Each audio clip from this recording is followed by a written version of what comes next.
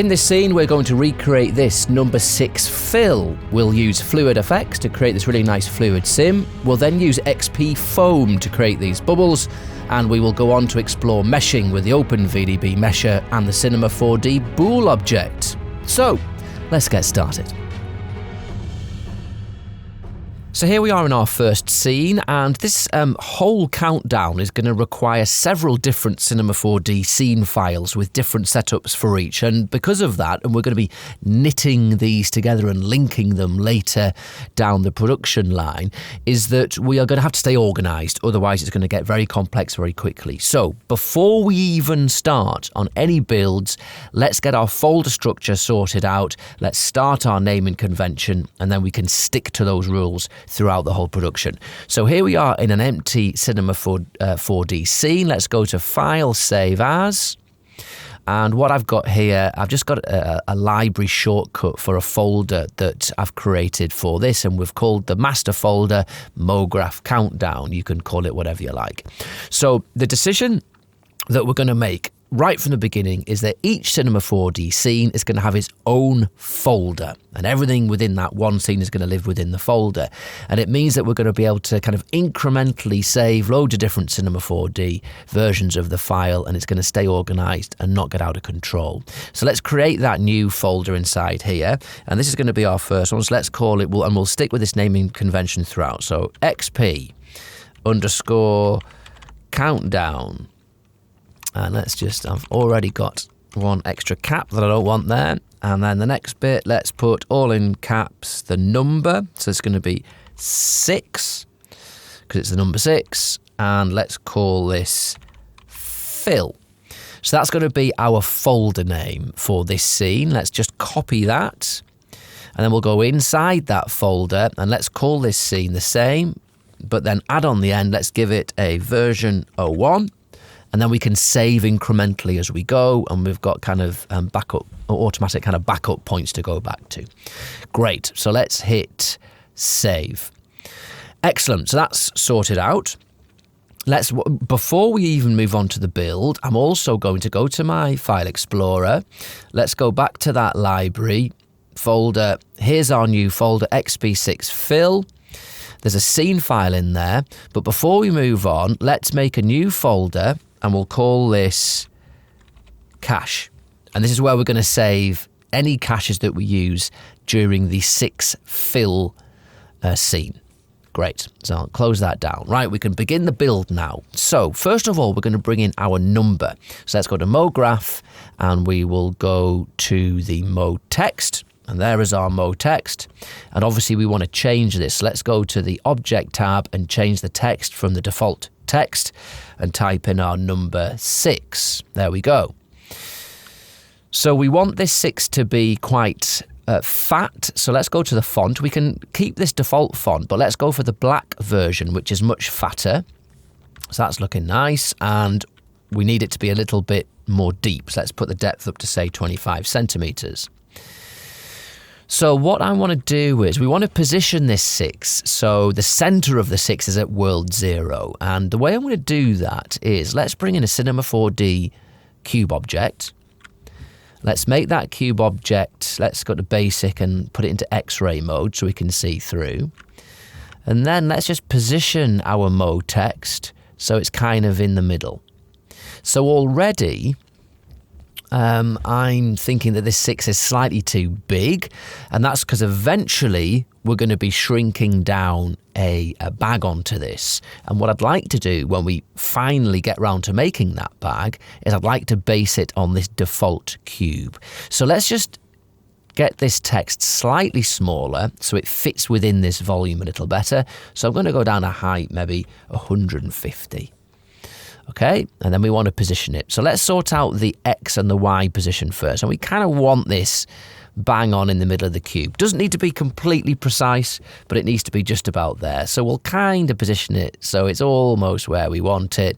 And then let's just round off some of these positional numbers here so we're not using kind of decimal places. So let's just say minus 43 in the X. It's maybe a bit high. Let's try, I don't know, minus 54 in the Y. That's looking all right. And then the depth, well, look, the mode text is 25 centimeters deep. So all we need to do is put, minus 12.5, because 12.5 obviously is half of this. So if we do that, now it is at world 0 on the X, Y, and Z. Excellent. So we're going to be using a fixed camera in our entire production. Of course, for every individual scene, we need the number to be in exactly the same place. So let's protect the positioning of this number now, and we can do that by going to the mode text. Let's go to tags, and we'll go to Cinema 4D tags and protection. And now, even if I want to move this, I can't move that number 6. It's locked in place. Great, so we can just delete our cube now, don't need that, we were just using that to size up this mode text. So let's have a look at the way in which the topology of this text. So I'm going to hit ND, which displays the lines, and as you can see, it's not a very even mesh. And let's make this as even as we possibly can. So first of all, we can make the division of these lines more even by changing the intermediate points of the spline that has been extruded to make this text. If we change it from adaptive to uniform, now we have got perfectly uniform divisions. Okay, so that's good. Let's also put some subdivisions. Now, subdivisions will add divisions in the extruded portion. So if I increase our subdivisions here, you see we're getting much more of a regular grid. Nice. And now we want to do the similar thing with the cap. At the moment, the cap's just this one big n-gon. So let's go to caps. We'll change the type from n-gons to quadrangles. We will put regular grid, which tries to create even quads where possible, and then it kind of resolves those with triangles where necessary. And then let's just reduce this down, and we can just eyeball it. But what we want is, we want it to be pretty much even with this. So let's just bring this down, and we could put it down to, I don't know, maybe, let's say 4 centimeters, 3 centimeters. That looks pretty good. Okay, that's going to do us. Excellent. Right, so hit NA, so we're no longer looking at those lines. Fantastic. So now we have our text positioned, and we're not really going to need to make any adjustments to this text at all throughout all of our other scenes. We've got the position and we've got it subdivided nicely. Now we can leave that, and that is going to be sorted. So let's do our xParticles simulation. We'll start with an xParticles system, which is a way of organizing an xParticles scene in a really logical way. So systems are a great way of staying organized, so we'll do that from the very beginning. Let's go to the system and just deselect icon in viewport, which will take away this xParticles icon here. We don't need to see that in this project. Good, so we've got a default emitter come into our scene and it's spitting out particles on the +Z. We want these particles to fill up this number 6 from the bottom up, so we want them pointing downwards. So we'll go to the default emitter. Let's change the name straight away and call it emitter water. And we'll go to display. Let's change the color to a nice kind of blue color. And we'll change the icon color to the same, just to stay nice and organized. Great. And now let's sort out where it's firing these particles. So let's go to the object tab, and we'll change the emitter plane from +Z to -Y. And now they're firing downwards. Now, it would be useful to see inside of our number 6 here, and we could just go to the X-ray mode again, like we did with our cube earlier on, but I like to look at a wireframe. So to do that, we can just go to tags. Let's go to Cinema 4D tags and put a display tag on our mode text. And then we can go to use, and we'll change the mode from shading to lines, which gives us this nice wireframe, but it's showing us every single division. All of our topology is on view here, and it's a bit too busy. But we can change that. If we change the style from wireframe to isopalms, it'll just show us kind of the base wireframe without all of those divisions. So that's looking really, really good to be able to see the particles interact inside this volume.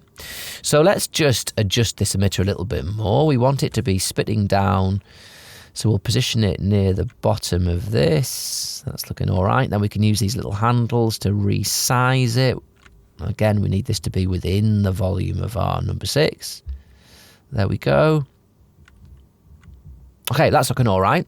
So obviously, there's something gone wrong here. We need these to actually collide and stay within the volume. So to do that, we need to go to the mode text, go to tags, xParticles tags, and put on an XP collider. So we're getting something happening here, but it's all looking a bit weird. And the problem is this. By default, the XP collider is set to normals outside. So particles are going to collide with the outside of this surface. But we need them to react on the inside. So we just need to change that. Let's change that from outside to in. And now, look, we're getting the kind of thing that we were wanting. You see, we're getting a bit of bouncing behavior here. We don't want these to bounce. We want them to like slosh. So let's go to our collider tag and just remove all of that bounce. And now they're just going to interact and slide their way up. Okay. So one thing to note here, can you see, if we look at this area, the particles aren't touching the surface. They're floating away from the surface. Why is that? Well, that is because these particles actually have a size, they have a radius, and we're just viewing a dot, which is right in the center of that sphere. So let's do a view mode where we can see the actual size. Let's go to the particle emitter, we'll go to the display tab, and let's display this not as dots, but as circles. And now we'll see the actual size of the particle, and we'll see that they are colliding perfectly with the inside surface of the number 6. These particles are way too big. It's going to look too blobby when we make this into water. So let's go to the emission tab, and we'll change the radius. Let's just halve it. Let's try 1.5. Okay. And that's looking all right. We might make some adjustments to this. We can later to change the look and the simulation flow, but for now, that's looking okay. So let's go back to display, change it back to dots, which will draw more quickly in the viewport, which will give us better performance, especially when you've got a scene with hundreds of thousands or millions of particles. It will draw and play much more quickly if you're displaying them as dots. Right, so there we go. Let's get some forces in our scene now then. So first of all, we need a, well, let's get them behaving like fluid. Let's go to dynamics. We will go to the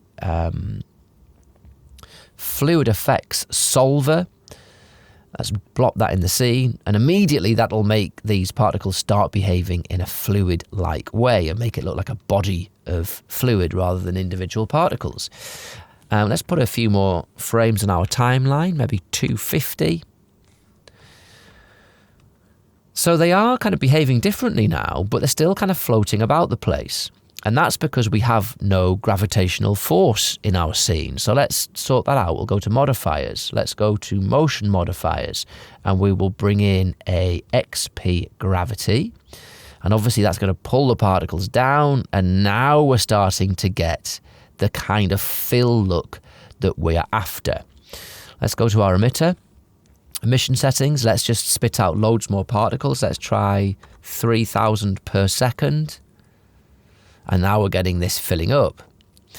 Great. The gravity is depicted by this yellow icon with an arrow pointing in the direction of that force. Let's just hide that. We don't need to see that in the viewport.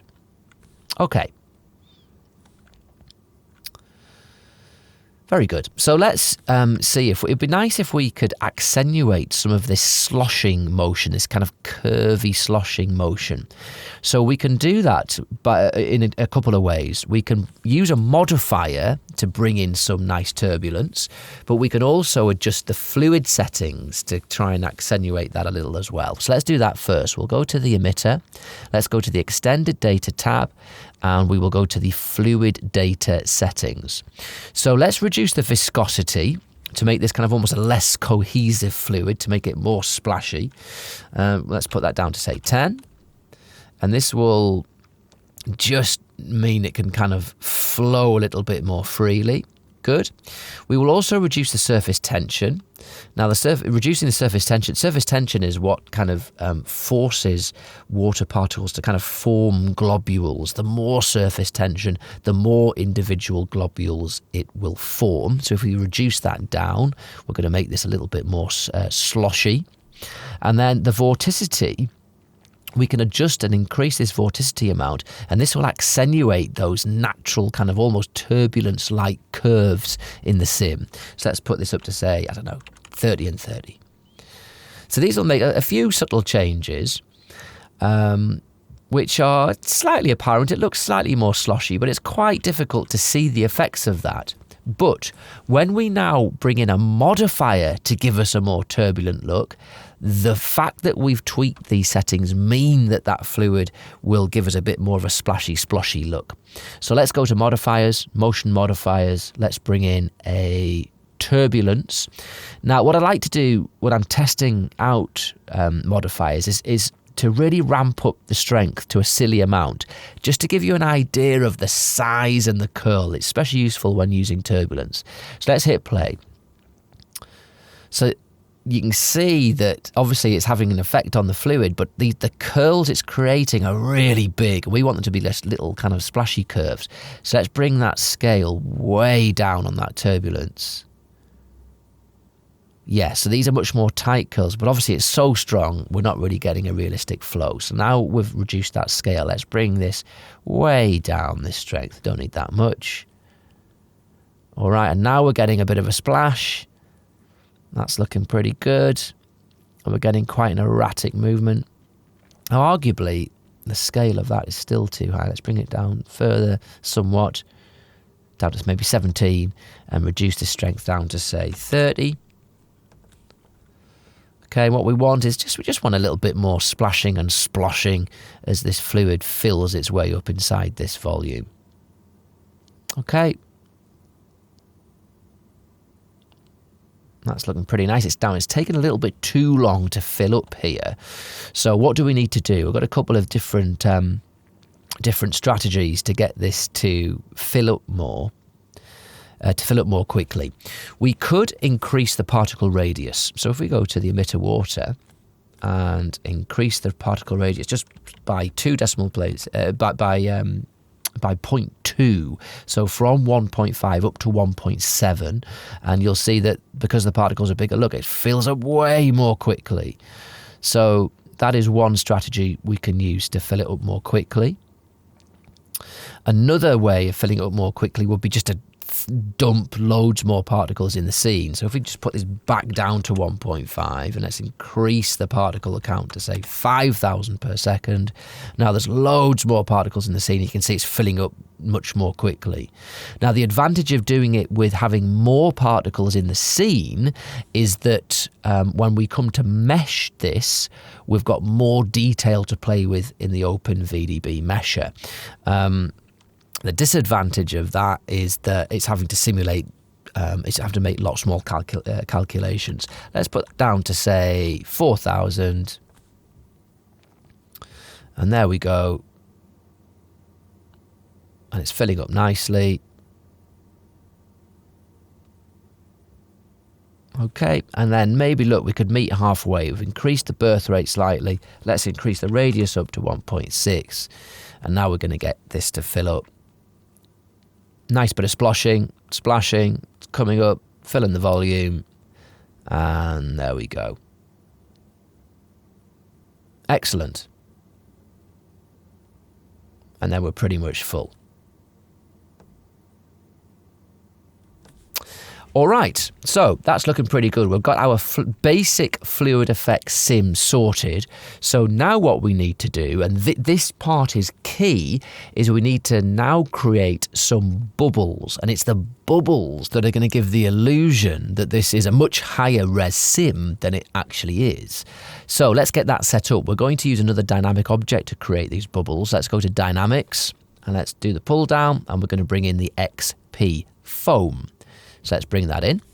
Now the xpFoam is going to spawn new particles, so it needs a new emitter, which is why there's a create button here. So let's just click on that and it brings in a new emitter. Let's rename it. Let's call that emitter foam. Good. And we'll let's go to the display, and we can keep them as white, but let's just change it from dots to squares so they're a bit more visible. Now, when we first start playing this, a couple of things are going to happen.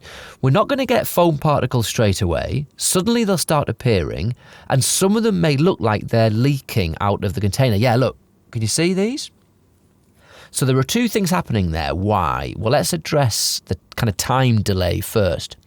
So there's a setting called after age, and by default that's on 60. So it's only going to create these foam particles after at frame 60.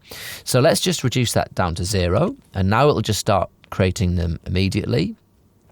And we're getting them filling up. You can really see that the inclusion of those makes it feel much more like a fluid, but we're getting these that it looks like they're kind of escaping our container. So what's going on with those? Well, this is just because of how the way in which the xpFoam object works. If I just dolly in a little bit so we can see this in a bit more detail. And I'm going to hit Shift-C to bring up my commander, and let's get a doodle paint tool, and we'll just do a quick sketch. Make a garish pink colour. Right, so what foam does is it takes two fluid particles and analyses them. It creates a sphere around them. So there's our two particles, and here's our sphere. And what it does is, if all of the settings are satisfied that you set within here, and we'll look into these a little bit later, if it's satisfied, it will then start spawning, using our new emitter, particles within this this area. So it might spawn one here, and it might spawn one here, and it might spawn one here, and it might spawn one here. But if this circle happens to encroach on the area outside of our collider object, so it might spawn one here, this particle's not inside the object. So the gravity's going to pull it downwards, and it's going to look, especially if we're kind of zoomed out, it's going to look like they're leaking. But they're not leaking. They were never born inside the volume in the first place. So one way of sorting that out is to reduce the size of this circle area. So especially, the water particles which are close to the boundaries, if they had a much smaller area in which they can spawn, it's less likely for that to be outside of the volume. So that's one way, and you do that with this radius slider here. But I'm not going to use that method. Let's just delete that doodle. Instead, what we are going to do is we're going to set up a custom kill modifier, which is just going to kill any particles if they are born outside of our collision object, which is going to sort that out for us perfectly. So we need to make kind of a proxy kill object. So the way we're going to do that is this. We're going to take our mode text, which is obviously the volume. Let's hit Control and let's make a copy. And on the copy, let's go, and what should we do? Let's delete this collider tag. We don't need that. And let's just rename this mode text. Let's call it mode text kill. Okay, now because this mode text is an object that is kind of made from an extruded spline with caps, it's got lots of separate parts to it, let's put it inside a connect object. So we're going to go to the menu up here, and let's bring in a Cinema 4D Connect. Let's put the mode text as a child of the connect. I'm going to take off the display tag, and we can just hide that. Okay, so we've made this kind of like custom kill object. So now what we're going to do is go to modifiers. Let's go to the object tab, and we'll bring in a control modifier. Let's bring in an XP kill. Now by default, what this does, it creates this this big circular cube bounding box comes in, and any particles that go outside of it will be killed. So if we follow these down, you see they're killed as soon as they come outside the volume of that square. So that's not what we want. We don't want this cube to be the volume. We want our collider, copy of our collider object to be it.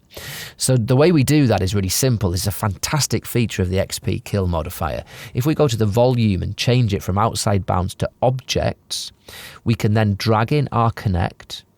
Now at the moment, what this is saying is if particles are inside the volume, they will be killed. So let's hit play, and everything disappears because everything that was inside there has suddenly been killed.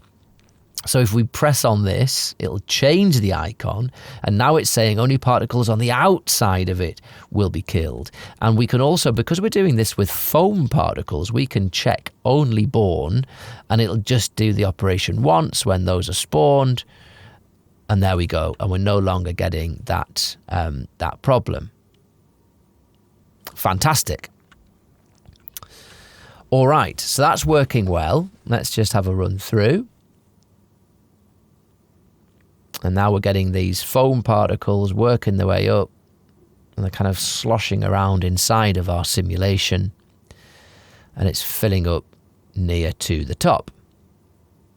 Okay, so it's a little bit too dense at this point, isn't it? You can see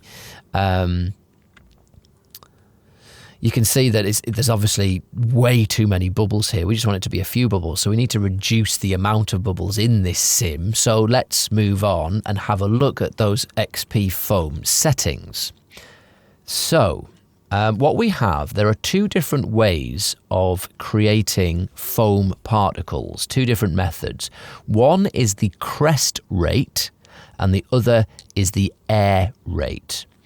And you should think of these two settings like this. The crest rate, it depends on how curved the crest of a swirl is, of a wave is. And the air rate is how hard an impact between two fluid particles is, and if it's big enough it will trap air between them, creating foam. So two different ways of creating it. What we're going to do for this, we're only going to use the crest rate function. So what I'm going to do is I'm just going to switch air rate off completely. So no air-trapped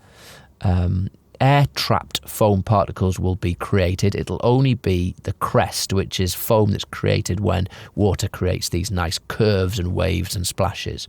So now if we hit play, we know that this is only the crest particles. Okay, so how are these being created? Well, it works like this. They are calculated by two settings, the crest ones, the min speed and the max speed, and the min crest and the max crest, and that controls how the crest rate particles are spawned. So we're going to leave min speed and max speed exactly where it is. But if you make adjustments here, if you, for example, put this way down, only, if I put it onto min speed of 0 and max speed to 13, only the very slow moving particles would be able to create those crest particles. And you see, because they are all within that, every single particle is probably within the bounds of this 0 to 13, it means that almost every particle is being considered. So we've got loads more than we need. If we increase this and put the max up to, say, 1,000, then none of the particles are going to be within these limits. And look, we're not getting any particles at all. But for us, as far as speed goes, we're going to just leave this as default, which is 90 for the min and 170 for the max. So let's leave that as it is, but let's look at min crest and max crest. So by default, it's set to 30 and 50%. Now, these are the default settings are fantastic if you're wanting to simulate realistic foam and spray. So, for example, if you're doing a beach scene with crashing waves, you want your min and max crests to be around these percentages. But here's an explanation of how they work. If we were, let's bring up the Doodle Paint again, so we can do this using diagrams, which is always a little easier to understand. So imagine what it's looking at is looking at the angle of the curves inside of this volume of liquid, and it's looking at that angle and deciding, is that angle great or small enough to create foam particles. So what does that actually mean? Well, let's look at this. If we take a really slight curve, something like that, where this is 0% of the crest, and this, it only just goes up, doesn't it, to say 5% of the crest. So it's a really small increment. Every single curve in our fluid is probably going to contain this small curve, because the bigger curves obviously will still contain this amount. So by having it down, let's put it down to 0 and 5%. So now every curve is going to fit within this realm, and so we're going to get loads and loads of crest particles. Okay? All right. So let's up this slightly. Let's imagine that we have a curve like this, which is it fits in much more of the range. So that will be, say, at 0% curve up to, say, 60. So let's change our setting, 0 to 60. Now what's going to happen here is that far fewer crest particles are going to be born. And that is because not every single curve in here is going to have this entire threshold within its curve. So for example, all of the smaller curves aren't going to satisfy these two new figures because they don't get up to 60%. So let's actually measure this. What I'm going to do is go to my foam emitter. Let's go to display and let's turn on the hood. So let's go hood.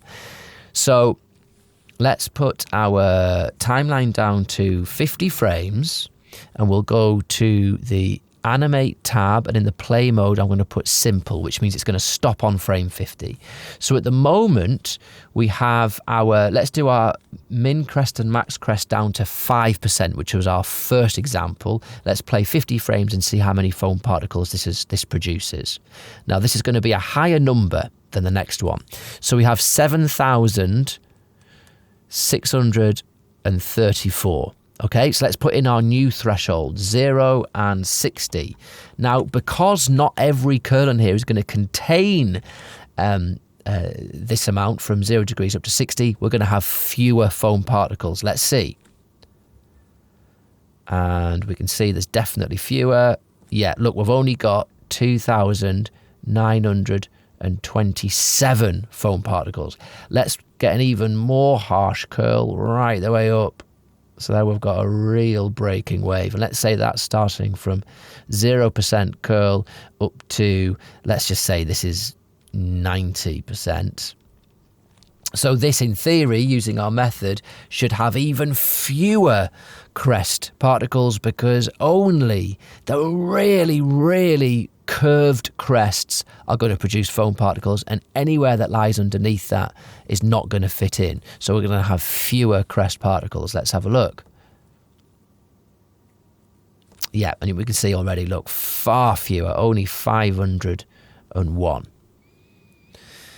Okay, so that's how we're able to adjust how many crest particles are born. So let's just get rid of our doodle. So what we're able to do is, and we can just eyeball this. So at the moment with these settings, I mean, actually those settings by fluke aren't too bad for our bubble look. Let's increase these frames in our timeline again. Let's have a look. We don't want that many. We want some bubbles appearing here and then floating up to the surface. So by fluke, 0 to 90 in our simulation is actually looking pretty decent. And then when we get near the top, when we get to kind of this stage, we can then start saying we don't want any more foam particles because we're using this foam as bubbles, remember, and the bubbles are being created by it sloshing around. So I would say maybe at frame 110, let's go to frame 110 and we'll add a keyframe on the crest rate. Let's go to the next frame, put that crest rate down to 0, and now we're going to get our fluid filling up and we're getting the bubbles sloshing around and they're kind of following that turbulence, which is going to give the illusion of detail. And then when we get to this amount, it's going to stop making new foam bubble particles, and these ones are going to float around and gradually fill up towards the top as it finishes.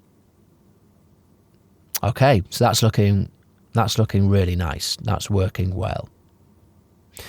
So that is how we get our fluid and then we get our foam particles to interact. We're going to use those as bubbles. Now, the other way of creating foam and spray particles is using the air rate settings. Now, the air rate settings work in a very, very similar way, but instead of using the min crest and max crest sliders to give you the threshold of when those particles are spawned, instead it uses the min and max impact. And these are two particles hitting each other, and this will dictate how many are born due to the ferocity of that impact, and it works in a very, very similar way. Okay, so that is our fluid and our foam. So now we need to look at how we're going to use this particle data to create our geometry that we're going to be able to render. So let's move on to that stage now. And at this point, actually, before we start meshing this, let's just talk about caching. We've got two particle simulations now, both of which are using these fluid solvers. So at this stage, now we're happy with this simulation. What would be good would be to cache this particle data to disk, and then when we start experimenting with meshing, we're not having to do the whole fluid solve every time we press play in the viewport. So let's get that sorted out. We'll go to Other Objects. Let's go to the Other Objects tab, and we'll bring in a cache object.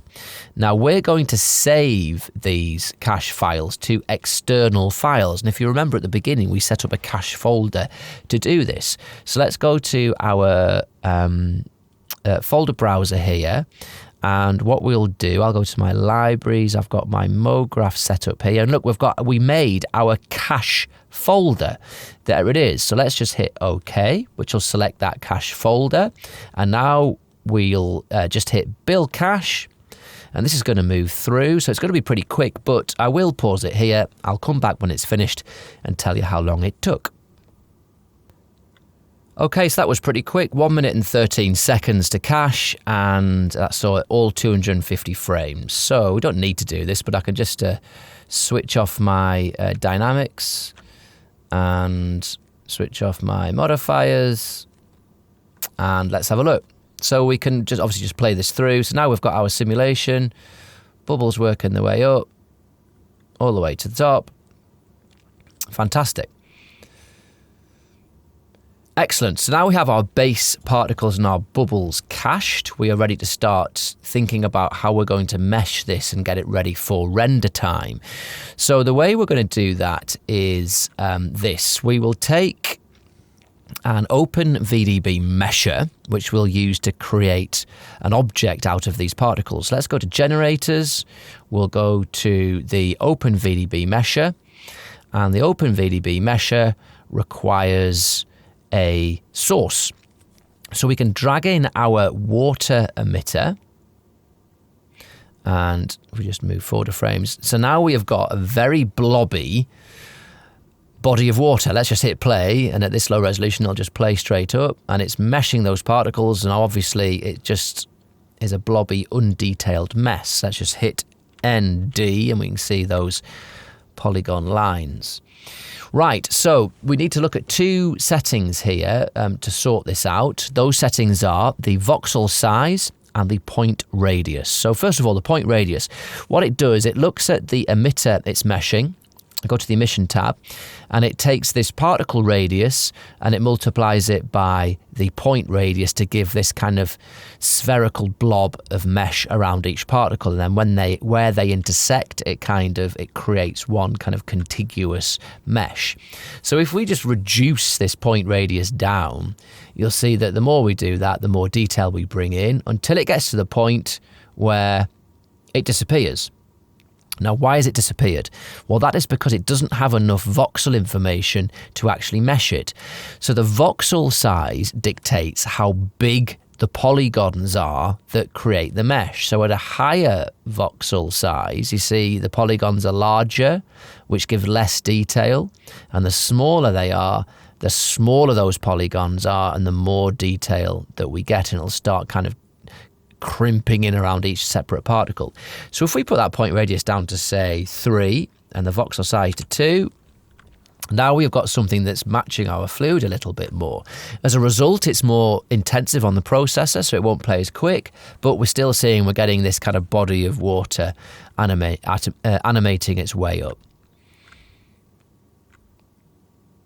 And that's the very simple rule with OpenVDB meshing with particles is the more detail that you want, the more particles you need. So if you have millions of particles, but they're very small, you will get a really fine detailed mesh. If you have very few particles, you need them to be bigger with perhaps a bigger point radius to manage to make it a contiguous mesh.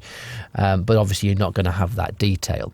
So I think we could probably, I mean, we for ours don't actually need much more detail than this, because remember, it's going to be the bubble foam particles that are going to give us our illusion of detail. So we just need enough sploshiness on the surface for this to look convincing like water. And that looks pretty good to me.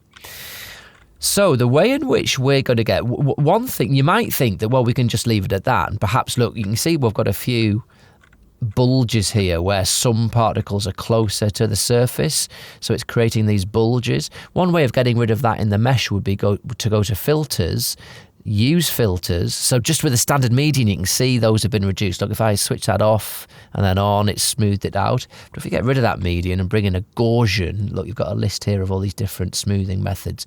Bring a Gaussian, this is the smoothest filter, and that's really smoothed it out. You lose a bit of detail, obviously, but it creates it a much, much smoother mesh.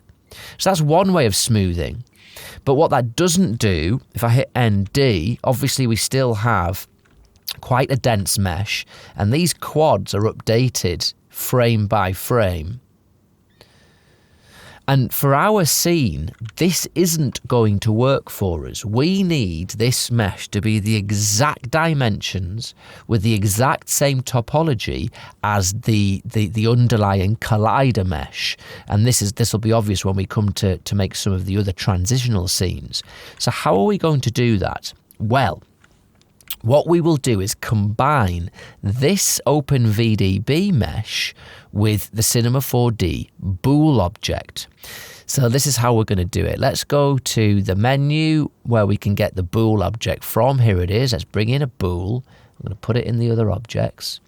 And in the bool object, a bool object basically joins two objects together, and it can join them, it can subtract one from the other, it can intersect.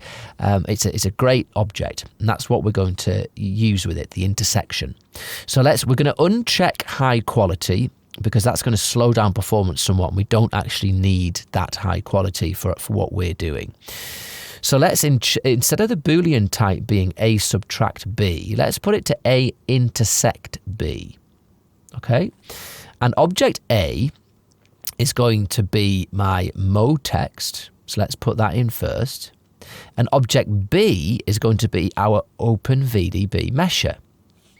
So here, now this is looking a bit weird because we've got this bit of wireframe at the bottom, and then we've got a little bit of our OpenVDB mesh at the top.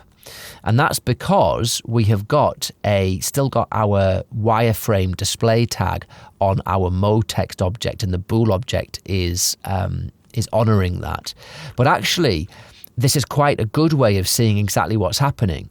So this is what is happening. Where the OpenVDB mesher is intersecting the motext object, we are seeing the motext geometry. Where it isn't intersecting the motext, this bit, which is inside the volume, we're seeing the OpenVDB geometry. So this is the key why it's perfect for this scene where we're going to be morphing lots of numbers. Let's just take off that display tag. So now it's a bit more obvious. So it's an OpenVDB mesh until it intersects the original object, and then we get its geometry back. Fantastic. But we're getting this nice wobbly fluid surface as it fills up. And so by the time it's completely full, we are just left with the original geometry with its original topology.